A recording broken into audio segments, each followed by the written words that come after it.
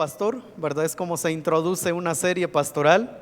No es el caso esta mañana, no estamos por elegir a un nuevo pastor, ¿verdad? Sin embargo, al estar platicando los pastores desde el año pasado, creemos que es importante poner delante de ustedes estos temas, ¿verdad? Ahora que vivimos un tiempo donde se tiene acceso a diferente tipo de información y muy poca profundidad en el tema de las escrituras. Decidimos entonces dar paso en esto y con esto también queremos anunciar un tema muy importante para la vida de nuestra iglesia al final de este servicio. Así que el tema de hoy, hermanos, tiene que ver con llamados para apacentar. Y quiero pedirle por favor que escuche la porción de Juan capítulo 21, versos 17 al 19. Le dijo la tercera vez: Simón, hijo de Jonás, ¿me amas?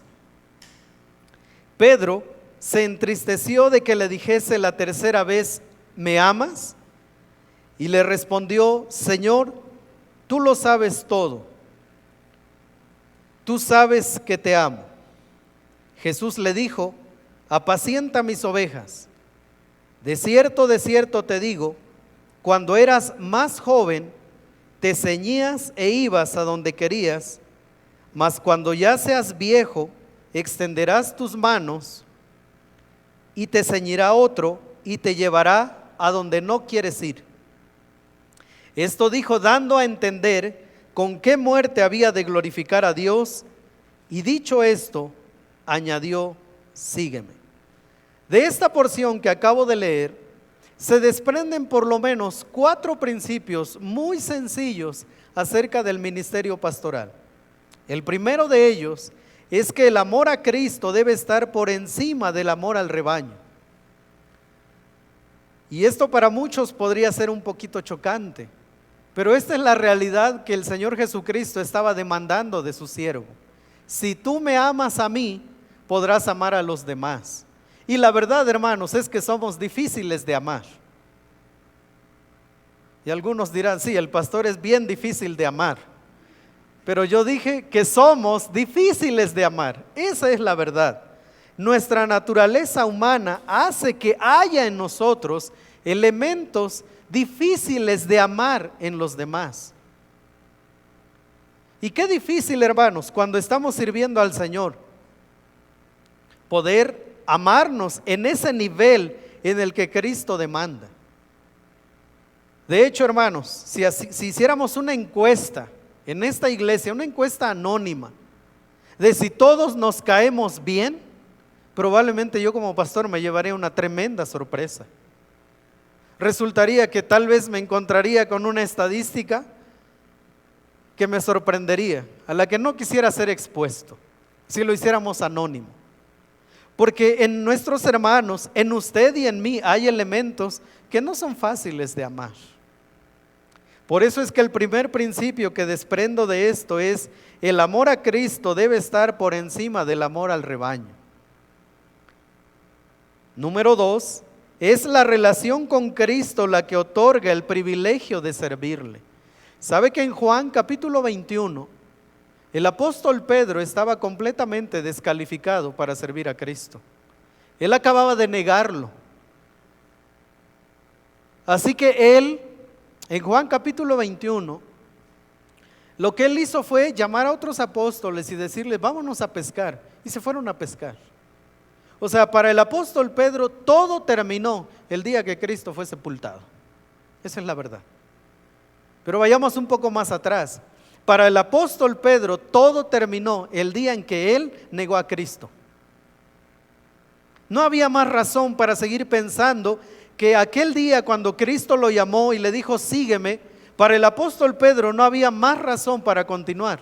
Todo había terminado. Pero es la relación con Cristo la que lo restauró aquel día a las orillas del mar de Galilea. Y comenzaron a caminar, y en medio de esa caminata se dio esta conversación: Pedro, ¿tú me amas? Y la primera vez Pedro, yo me imagino como tantas veces en los evangelios, la primera vez seguramente la respuesta fue: ay, por favor, Señor. ¿Y quién crees que te amaría como yo? Bueno, el Señor se lo quedó mirando y le volvió a preguntar: Pedro, ¿tú me amas? Y yo estoy seguro que esa segunda pregunta hizo reflexionar a Pedro y solo le dijo: sí, Señor, tú sabes que te amo. Pero la palabra dice que vino la tercera vez: Simón, hijo de Jonás, ¿me amas? Y entonces dice el texto que Pedro se entristeció de que le dijese la tercera vez: ¿me amas? Y le respondió: Señor, tú lo sabes todo, tú sabes que te amo. Y lo que le estaba diciendo: Señor, tú sabes que yo te quiero. Pero ese día él fue restaurado al ministerio. El tercer principio es: el amor a Cristo es suficiente para pastorear aún en medio de circunstancias difíciles. El amor a Cristo es suficiente para pastorear aún en medio de circunstancias difíciles. El apóstol Pedro no sabía, él no comprendía la magnitud de las palabras de Jesús, pero más adelante, años después, él comprendería las palabras de Jesús aquella mañana a las orillas del mar de Galilea. Las circunstancias que vendrían, de hecho, la lectura que hicimos con nuestro hermano Paco en Primera de Pedro, capítulo 5, las circunstancias en las que fueron escritas Primera de Pedro eran terribles, era tiempo de persecución. El hombre que escribió Primera de Pedro no era el mismo hombre que escuchó al Señor Jesucristo: Pedro, ¿tú me amas? De hecho, algunos recordarán un mensaje del pastor Bell hace algunos años que se tituló: Cuando Jesucristo mismo duda de tu amor. ¿Algunos lo recordarán ese mensaje? No, hermanos, y entonces las notas, pues. Yo no tomo notas porque olvido todo, hermanos. Entonces, tampoco es que tenga buena memoria. Pero ese mensaje fue uno de los mensajes más impactantes. Y así lo tituló el pastor Bell: Cuando Jesucristo mismo duda de tu amor. Y el cuarto principio que se desprende de esta lectura es: el amor a Cristo crecerá a medida que se le sirva. El amor a Cristo crecerá a medida que se le sirva.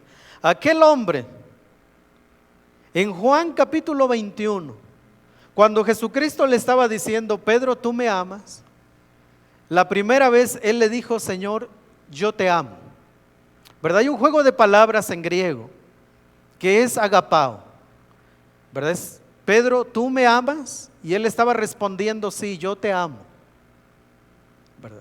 Pedro, ¿tú me amas? Sí, yo te amo. Pero la tercera vez, y esa fue la razón por la cual el apóstol Pedro se entristeció, es porque el apóstol Pedro le dijo, el Señor Jesucristo le dijo al apóstol Pedro: Pedro, ¿tú me quieres? Y entonces Pedro, entristecido, le dijo: Señor, sí, tú sabes que te quiero. Yo no te amo como tú eres digno de ser amado. Yo lo único que tengo para ti es un cariño. Sí te quiero. Y ese día el Señor Jesucristo tomó el pequeñísimo amor del apóstol Pedro, muy pequeño, muy débil, un amor sencillo, hermanos, no era un amor comprometido, pero el Señor Jesús tomó ese amor así debilitado del apóstol Pedro. Él lo acababa de negar.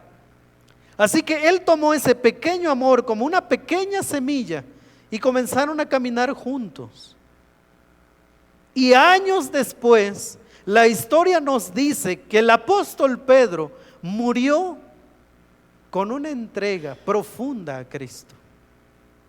Esa semillita del mar de Galilea ya no era la misma cuando Pedro fue crucificado en Roma con la cabeza hacia abajo como mártir de Jesucristo.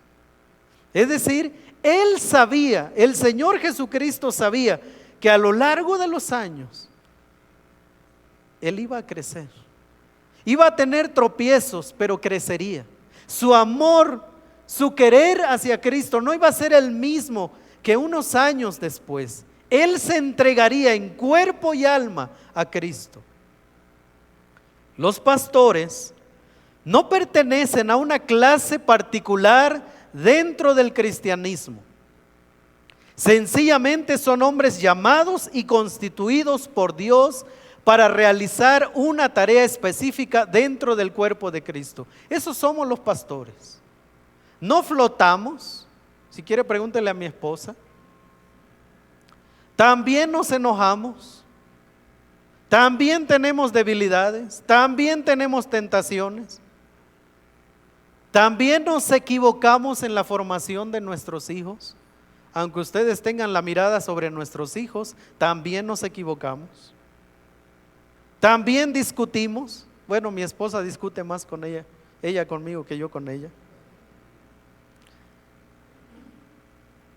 Pero los pastores no pertenecemos a una clase particular dentro del cristianismo. Sencillamente somos hombres llamados y constituidos por Dios para realizar una tarea específica. En un mundo que todo lo cuestiona, algunos se preguntarán, ¿por qué necesitamos pastores? Bueno, la respuesta desde la perspectiva social actual está muy basada en el individualismo. Esta sociedad que rechaza toda figura de autoridad y que es asociada con una palabrita que está de moda que se llama opresión. Entonces cualquier figura de autoridad, llámense padres, llámese jefe, llámese como se llame, llámese pastor, llámese presidente, llámese como se llame, la sociedad en la que vivimos mira a las figuras de autoridad como sinónimos de opresión. De tal manera que no tener pastores dentro de una congregación es aceptada en muchas iglesias. De lo que ellos no se dan cuenta es que solo están siguiendo la línea que nos está trazando la sociedad. Pero esa no es la única respuesta. Hay otra respuesta que yo le he llamado la respuesta desde la ignorancia. Y es esta respuesta que dice, pues si ser pastor lo único que hay que hacer es predicar. Esa es la que yo llamo la respuesta desde la ignorancia. Porque muchos piensan que ser pastor solo es predicar. De hecho, en su libro De parte de Dios y delante de Dios, del pastor Sugel Michelén, un libro para pastores, en uno de sus capítulos él narra que un niño de su iglesia contó a su maestra en la escuela, no escuela dominical, en la escuela. La maestra preguntó qué querían ser de niños. A los niños les preguntó qué querían ser de grandes. Y entonces el niño respondió, dijo, de grande yo quiero ser pastor. Y wow, pues la maestra estaba como, qué bonito, ¿verdad? Que el niño quiera ser pastor. Y le preguntan, ¿por qué tú quieres ser pastor? Y él dijo, porque los pastores no hacen nada.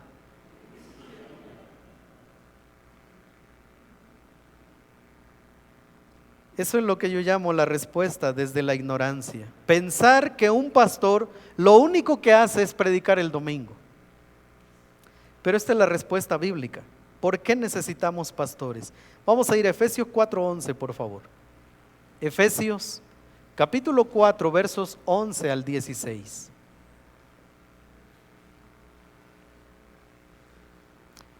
Y dice así la palabra del Señor. Y él mismo constituyó a unos apóstoles, a otros profetas, a otros evangelistas, a otros pastores y maestros. Y viene hablando de lo que el Señor Jesucristo ha hecho en su iglesia. Él mismo constituyó a unos apóstoles, aunque con el paso de los años, de hecho, durante los primeros años del cristianismo hubo hombres que se autonombraron apóstoles. Desde el Antiguo Testamento ya había hombres que se autonombraron profetas. Y en el mismo Antiguo Testamento el Señor dice en su palabra, yo no los llamé, yo no les di el mensaje, así que no les escuchen. A otros evangelistas, a otros pastores y maestros, y este es el propósito, a fin de perfeccionar a los santos para la obra del ministerio, para la edificación del cuerpo de Cristo, hasta que todos lleguemos a la unidad de la fe y del conocimiento del Hijo de Dios, a un varón perfecto, a la medida de la estatura de la plenitud de Cristo, para que ya no seamos niños fluctuantes, llevados por doquiera de todo viento de doctrina, por estratagema de hombres que para engañar emplean con astucia las artimañas del error, sino que siguiendo la verdad en amor, crezcamos en todo en aquel que es la cabeza, esto es Cristo, de quien todo el cuerpo, bien concertado y unido entre sí, por todas las coyunturas que se ayudan mutuamente, según la actividad propia de cada miembro,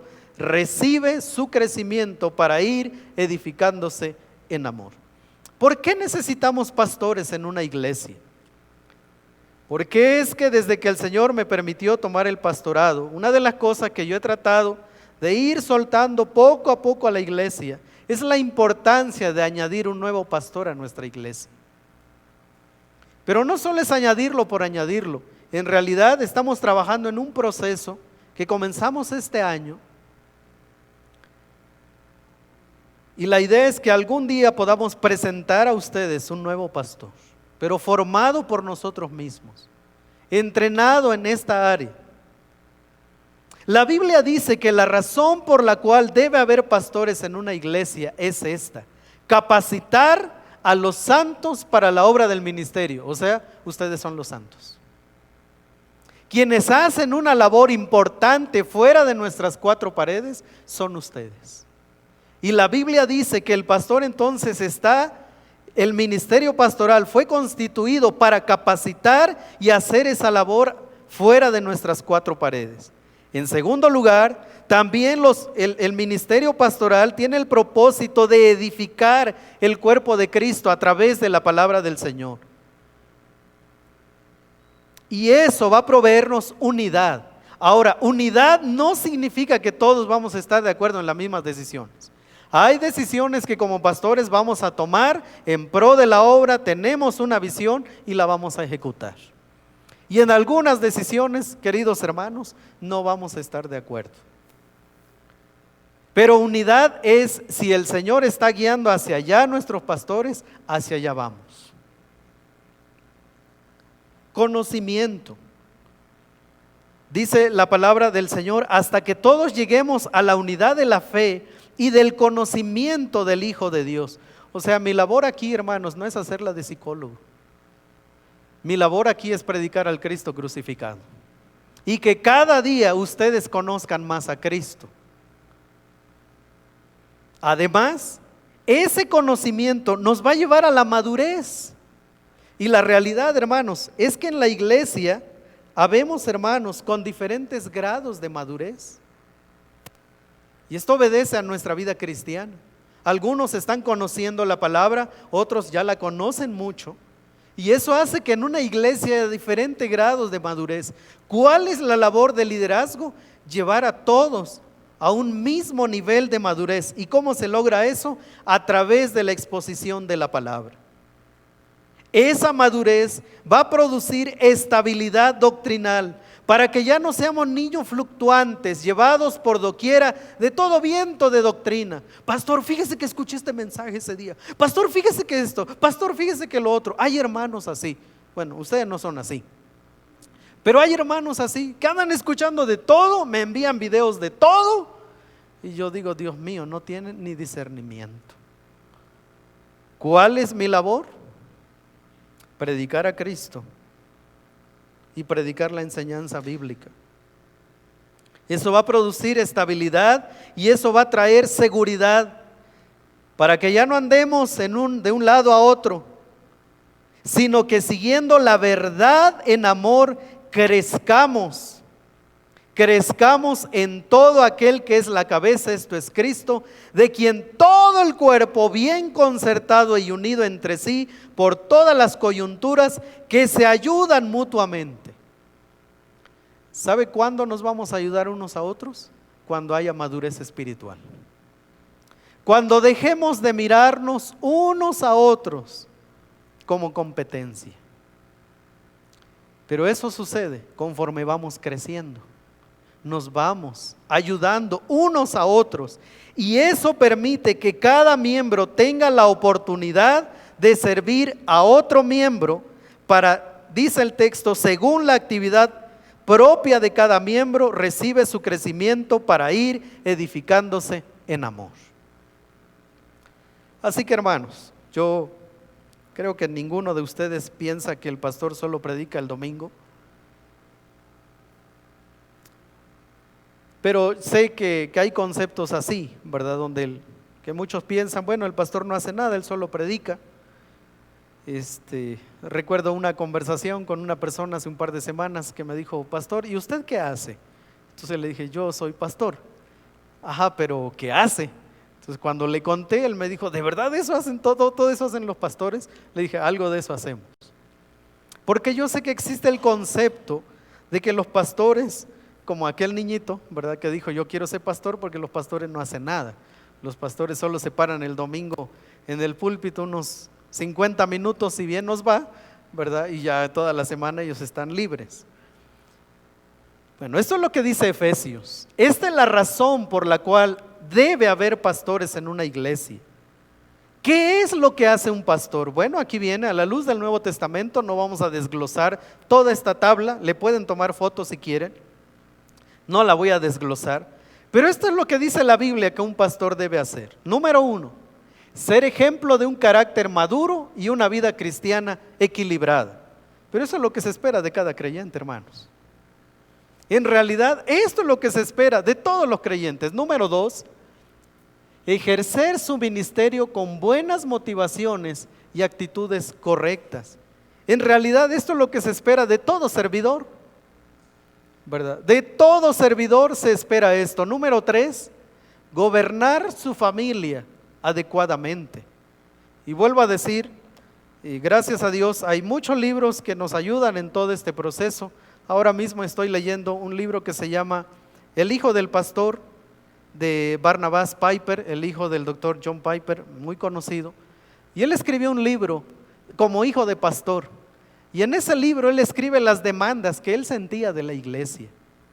Gracias a Dios hemos sido enseñados en nuestra UPBC por pastores como el pastor Enoch, que nos han ayudado a los pastores más jóvenes a evitar esa ola que parece imparable que viene de parte de la iglesia.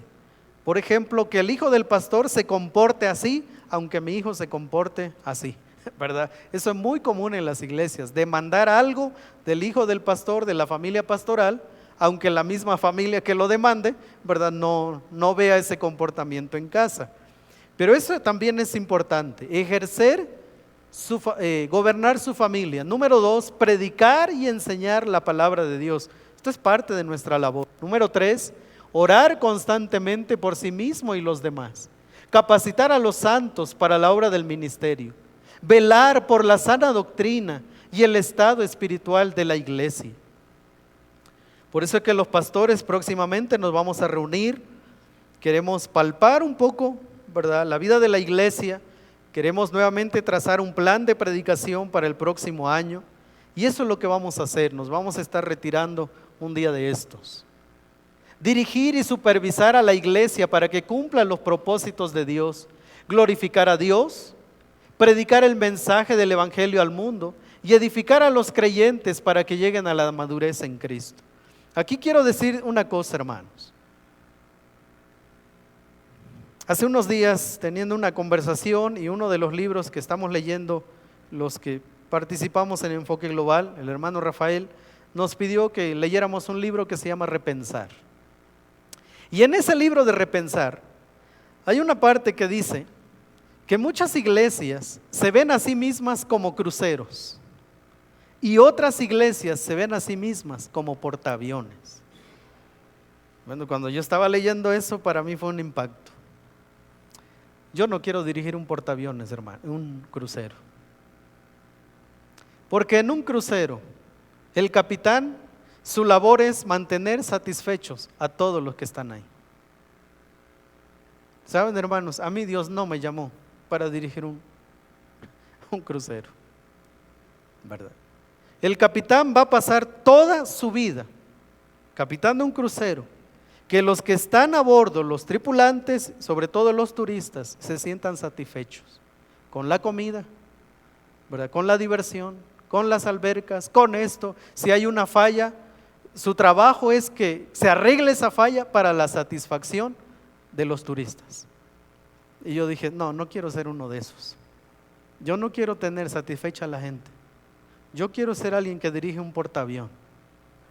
Y un portaavión es alguien que está preocupado por la misión. Que puede haber personas a desagusto en un portaavión, seguramente, pero todos van a trabajar en pro de la misión. Esto es mi deber, hermanos. Esto me lo demanda la Biblia. Dirigir y supervisar a la iglesia para que cumpla los propósitos de Dios. Muchos pastores están preocupados por la satisfacción de cada uno de sus miembros, que se sientan contentos, que no se les vayan. Entonces, si tienen que cambiar el estilo de predicación para que un hermanito no se vaya, lo van a hacer. Si tienen que ir a visitar a las 2 de la mañana porque una familia, un matrimonio, traen pleitos desde hace 10 años y le hablaron al pastor a las 2 de la mañana para que venga y arregle esos problemas, ese pastor se va a levantar 2 de la mañana y va a ir. Todo porque 2 hermanos, una pareja, no ha trabajado en su crecimiento para arreglar el asunto. Y dije, no, Señor, yo no quiero dirigir un crucero. A mí el Señor no me llamó para dirigir un crucero. Él me lo va a demandar, hermanos. Esa es la verdad. Exhortar, amonestar o reprender a los miembros de la iglesia según se requiera para edificación y cuidado de la misma. Esto no gusta. Cuando yo tengo que llamar la atención a alguien, cuando yo tengo que hacer un ajuste en algún área y que me ha tocado hacerlo, eso no gusta. Pero es mi deber. Formar a hombres fieles para que sean maestros y pastores. O sea, si en esta iglesia en 10 años no hay pastores, yo no estoy haciendo mi trabajo, hermanos. Y se los estoy diciendo consciente de lo que estoy diciendo. Si en 10 años en esta iglesia no hay nuevos pastores salidos de las bancas de nuestra iglesia, algo no estoy haciendo bien. Eso de pensar en traer pastores, contratar pastores, ha hecho más daño a la vida de las iglesias que bien. ¿Quién llama a los pastores? ¿Quién los llama? Es decir, ¿cómo pasa un hermano de estar sentado en la banca a tenerlo de este lado del púlpito con un ministerio muy concreto? ¿Quién lo hace? Bueno, algunos pensarán que debería ser el pastor el que lo invite. Oye, ¿no quieres ser pastor? Así muchos han llegado a los púlpitos. ¿Quién llama a los pastores? Mateo 9, 37 y 38 dice: entonces dijo a sus discípulos, a la verdad, la mies es mucha, mas los obreros pocos. Rogad pues al Señor de la mies, y el Señor, en este versículo, es Jesucristo el que está hablando, y está diciendo, rueguen al Señor de la mies, a Dios el Padre, que envíe obreros a su mies. Así que en primer lugar, quien llama a hombres de las iglesias para pasar de estar en las bancas a pasar de este lado y cumplir un rol dentro del cuerpo de Cristo es Dios.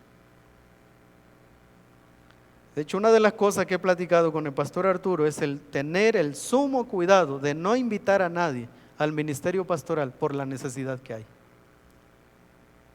Número 2, 1 Timoteo 1:12 dice, doy gracias al que me fortaleció, está hablando el apóstol Pablo, a Cristo Jesús nuestro Señor, porque me tuvo por fiel poniéndome en el ministerio.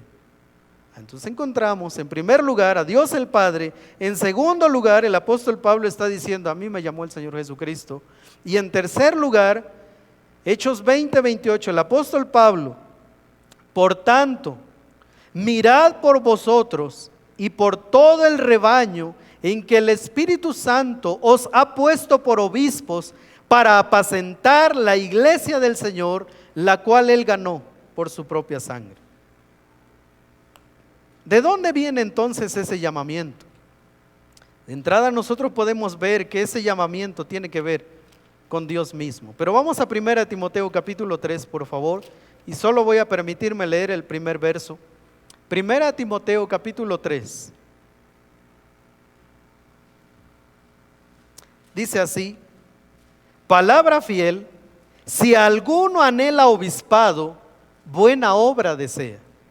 Entonces aquí nos encontramos también con el elemento humano, con ese anhelo de servir al Señor, que de entrada puede ser un anhelo de solo servir y no saber en qué área, no saber cómo, cuándo ni dónde. Pero hay un deseo de servir. Y este anhelo ha llegado a la vida de muchos hombres. Por ejemplo, no sé si han leído alguna vez o han escuchado la historia del doctor Miguel Núñez, un pastor muy reconocido en la República Dominicana. Y él cuenta cómo el Señor lo llamó al ministerio pastoral y él, ¿verdad?, decidió dejar todo de la noche a la mañana, todo. Hay otro pastor, el pastor Sugel, también él cuenta cómo el Señor lo llamó al ministerio, estudiando una carrera universitaria y ahora ya por más de 40 años como pastor en la iglesia. Pero lo que nosotros nos encontramos en la palabra es una combinación de una obra divina y un anhelo. La verdad, hermanos, es que no todos anhelan ser pastores, esa es la verdad. De lo contrario, aquí tendríamos diferentes predicadores cada domingo. Porque el Señor no llama a todos los hombres al ministerio pastoral. Ese anhelo es en respuesta a un llamamiento que puede comenzar, hermanos, como comenzó en mi caso, como una inquietud, ¿verdad? Siendo un adolescente, y yo les contaba a los hermanos del primer servicio que mi única fuente de inspiración fue mi papá. Nosotros nos congregábamos en la casa de un hermano que ya está en la presencia del Señor. Y era una iglesia pequeñita, yo pienso que unos 30 hermanos nos reuníamos en su casa cada domingo. Y mi papá tenía una mesita ahí que le ponían, ¿verdad? Entonces él tenía un teclado chiquito y mi papá pues ahí medio le picaba, nos dirigían las alabanzas, terminaba el tiempo de la alabanza, hacía a un lado el tecladito y abría la Biblia y nos predicaba. Así fue como nació en mí un deseo de decir, algún día me gustaría ser como mi papá. Lo que no se me dio es el piano, ¿verdad? Esto es lo único que no se me dio. Pero yo siempre anhelé, ¿verdad?, ser como mi papá. Ahora, en ese momento, hermanos, un niño, yo no sabía de llamamiento, yo no tenía idea la verdad es que no tenía idea de en qué me estaba metiendo, hermanos, esa es la verdad. Yo solo quería ser como mi papá. Pero con el paso de los años, Dios fue armando como un rompecabezas, hasta que el Señor fue confirmando ese llamamiento. Y ahora mirando hacia atrás, ahora puedo decir, ¿verdad?, con autoridad, que ese llamamiento es confirmado a lo largo de todo un proceso de muchos años. El llamamiento no es que yo un día iba caminando a la primaria y de repente una voz me dijo, Mario, quiero que seas pastor. El llamamiento no surgió un día durmiendo y una voz ahí me habló. Ahora sé que el Señor fue confirmando mi llamamiento al ministerio pastoral a lo largo de muchos años. Entonces sí hay un anhelo en el corazón de un hombre para servir en el ministerio, sí, en respuesta a un llamamiento divino. Inexplicable para muchos, pero así sucede. El apóstol Pedro, vamos a ir entonces a Primera de Pedro, capítulo 5, donde fue nuestra lectura del día de hoy. El apóstol Pedro, recuerdan, ya no era el mismo,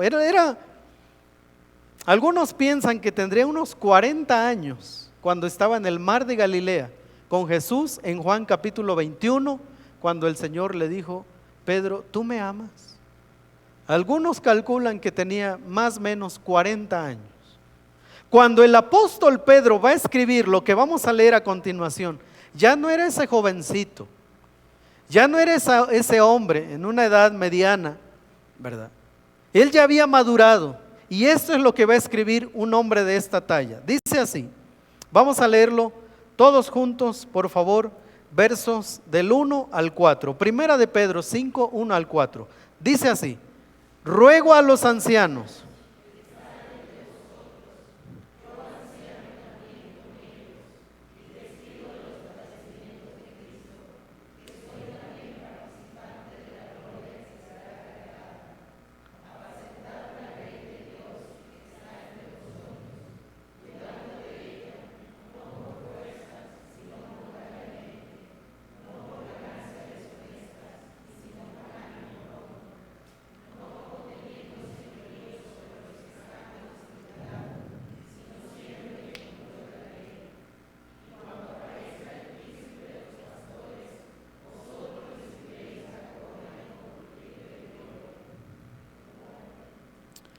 Gracias, hermanos.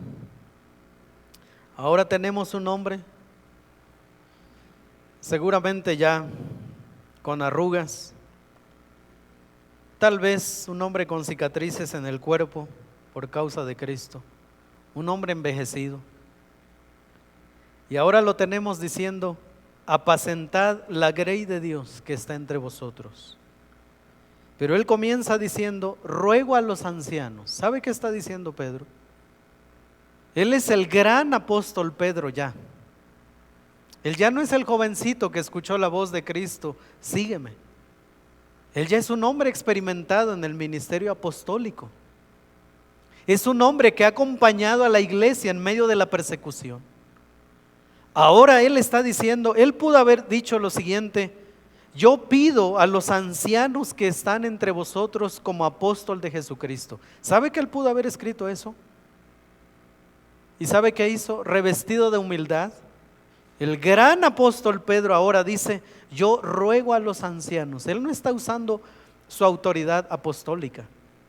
Él está usando esa correlación ministerial que tiene con otros hermanos que probablemente no habían visto a Jesucristo, pero que habían sido llamados por Jesucristo mismo para ejercer el ministerio pastoral. Y ahora el gran apóstol Pedro, ¿verdad? Él lo que hace es quitarse ese título de apóstol y se pone el de presbíteros. Y él dice: yo ruego a los presbíteros, a los ancianos que están entre vosotros. Y él dice: yo soy un presbítero igual que ellos.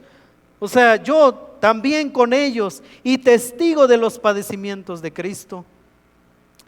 Entonces va a hablar acerca del ministerio pastoral. Y es aquí donde digo que el énfasis de Pedro no es en el qué hacer, sino en el cómo hacerlo. Y en esta diapositiva que he titulado El corazón de los llamados, y los cómo del ministerio pastoral según el apóstol Pedro.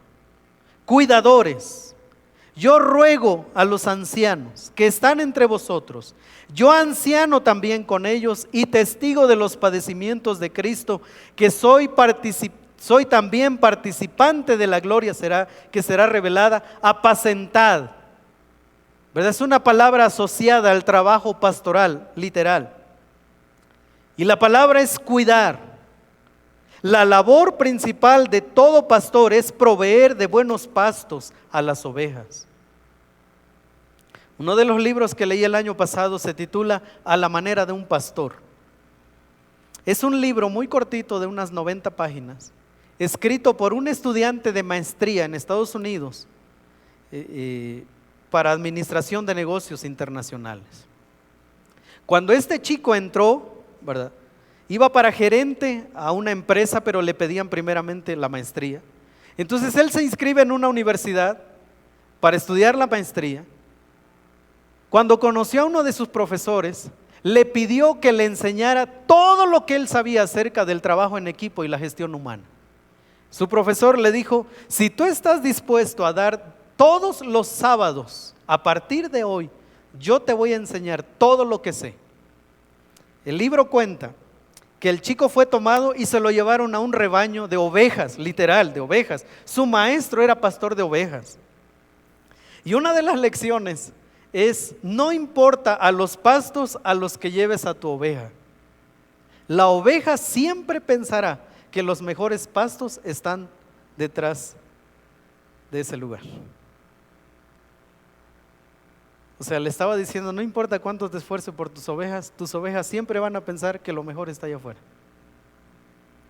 Así que siempre que voy a predicar, yo me pongo esto ya en la mente de un tiempo para acá. No importa cuánto te esfuerces para predicar, mañana van a ir a escuchar a otros mejores predicadores. Y adiós frustración, ¿verdad? Pero esa es parte de nuestra labor, hermanos.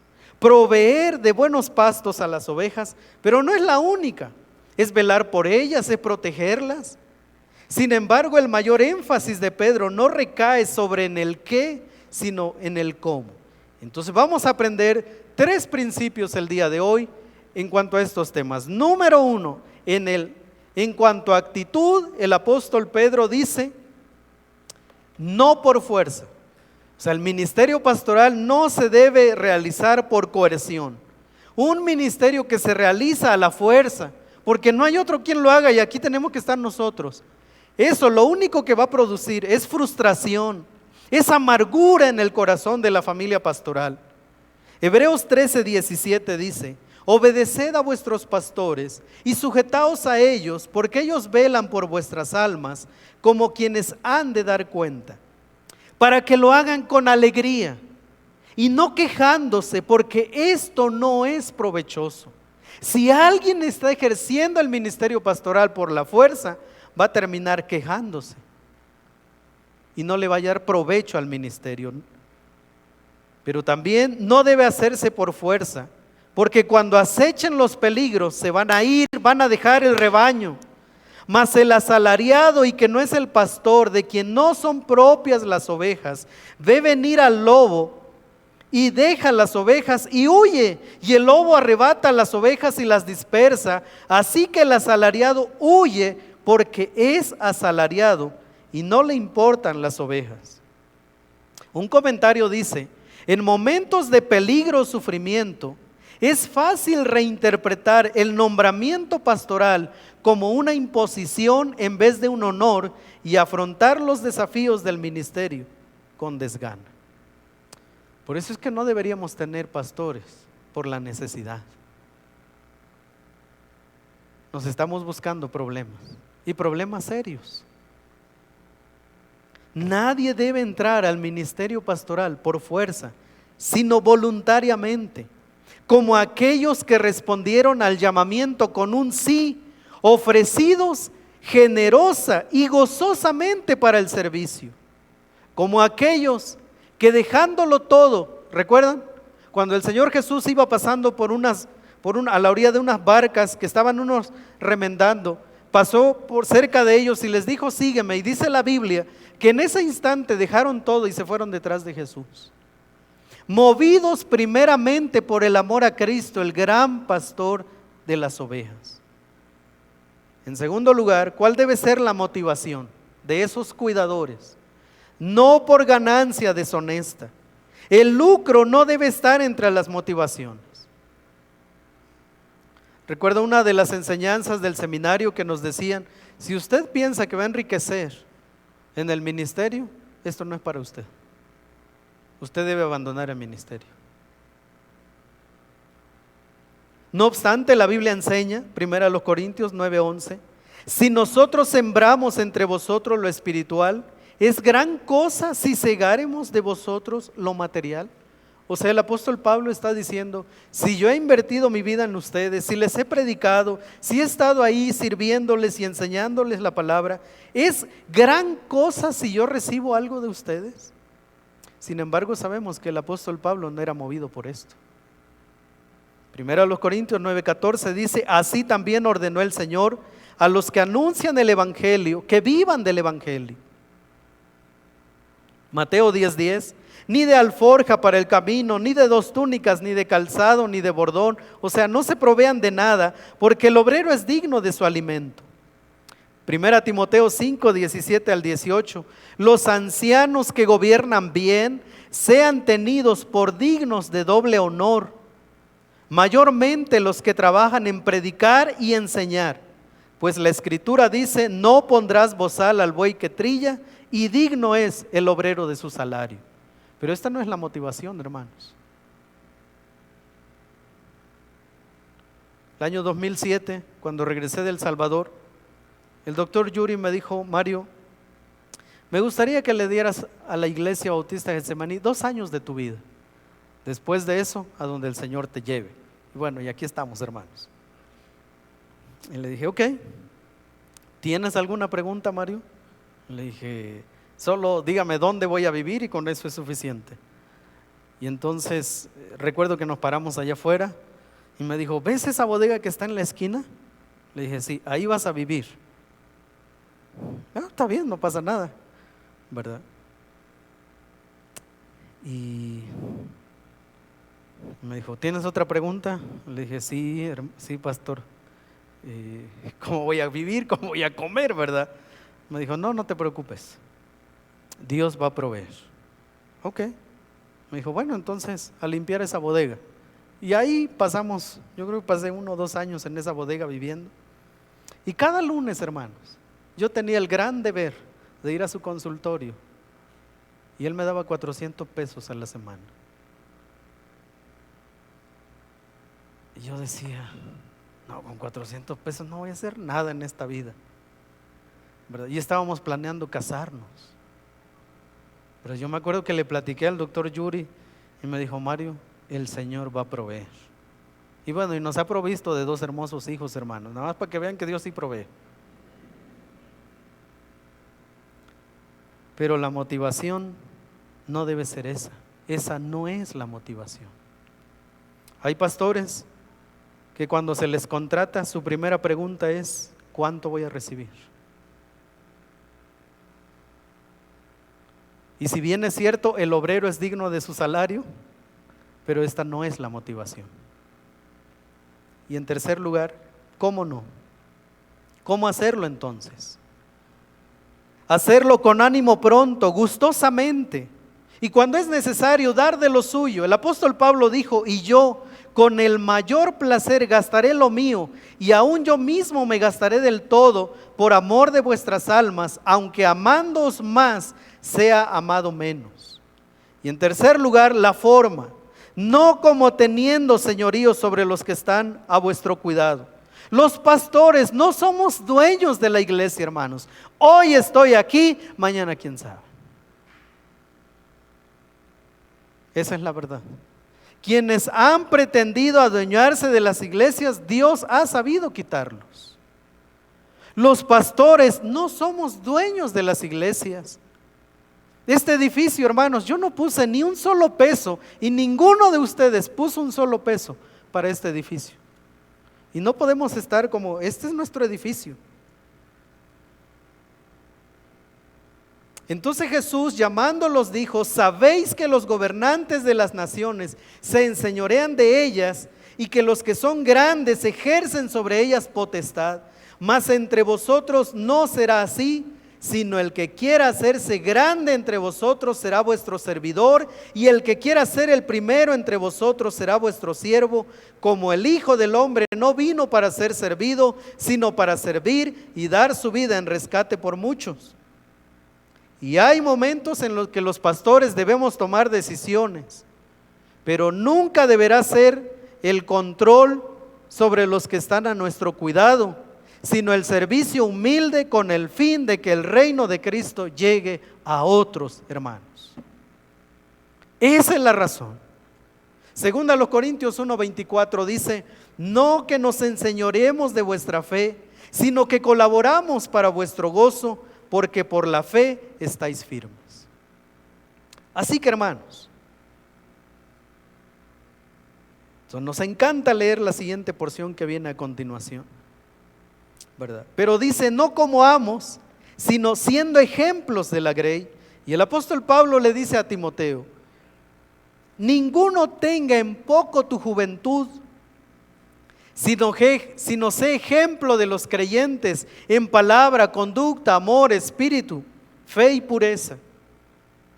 Tito 2:7, presentándote tú en todo como ejemplo de buenas obras, en la enseñanza, mostrando integridad y seriedad. Ahora, seriedad no es que el pastor no sonríe, así como que el pastor debe, hola hermanos, que Dios los bendiga. Eso no es seriedad, eso es otra cosa. Primera a los Corintios 11:1, sed imitadores de mí, así como yo de Cristo.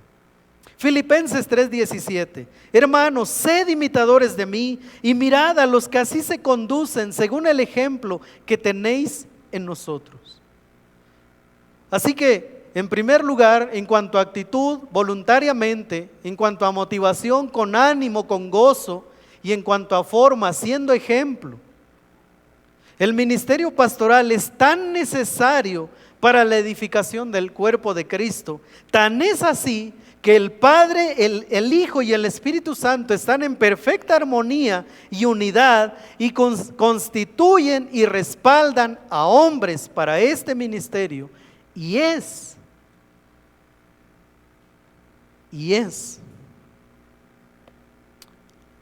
ante la Santa Trinidad ante quienes un día daremos cuenta. Es ante la Santa Trinidad, no ante las iglesias, es ante Dios. Por eso, hermanos, yo les animo a que estén orando, que el Señor llame a hombres de nuestra iglesia. Todavía no creemos en pastoras. El ministerio pastoral es para los hombres. Les pido que estén orando, que el Señor a lo largo de estos meses llame a hombres al ministerio pastoral. Si Él los llama, ellos responderán. Si Él los llama, no abandonarán cuando vengan situaciones difíciles. Ahora, hermanos, esta es la recompensa. Y cuando aparezca el príncipe de los pastores, vosotros recibiréis la corona incorruptible de gloria. Decía el pastor Luis el año pasado, y esta corona es solo para ellos, pero para los que la ejerzan bien.